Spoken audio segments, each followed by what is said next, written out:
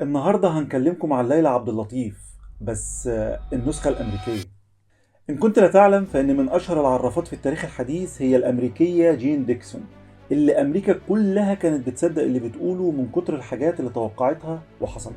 زي مثلا توقعها لاختيار الرئيس الأمريكي جون كينيدي، وموت مارلين مونرو، وانفجار كبسولة الفضاء أبولو 11، وكمان تقسيم الهند وده اللي حصل بعد انفصال باكستان عنها.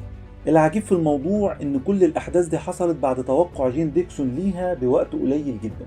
لكن برضه زيها زي أي عرافة كان ليها هبدات جامدة جدا، زي مثلا إنها توقعت إن روسيا هتحتل أمريكا سنة 1958، وإن نهاية العالم هتكون سنة 1962، وإن مرض السرطان هيلاقوا له علاج نهائي سنة 67. مش عارف إزاي، مع إن على حسب كلامها هيكون العالم انتهى قبلها ب5 سنين. وطبعا انتوا مش محتاجين نقول لكم ان مفيش حاجة من دي حصلت. بس ده ما يمنعش ان جين ديكسون حالة غريبة، وبيأكد برضو انه لا يعلم الغيب الا الله، وانه قد كذب المنجمون ولو صدفوا. دي كانت معلوماتنا النهاردة، واستنونا في معلومة جديدة من ان كنت لا تعلم. وخليك فاكر، مع الهستوريادور معلومات عامة هنخلي المعرفة اسلوب حياة.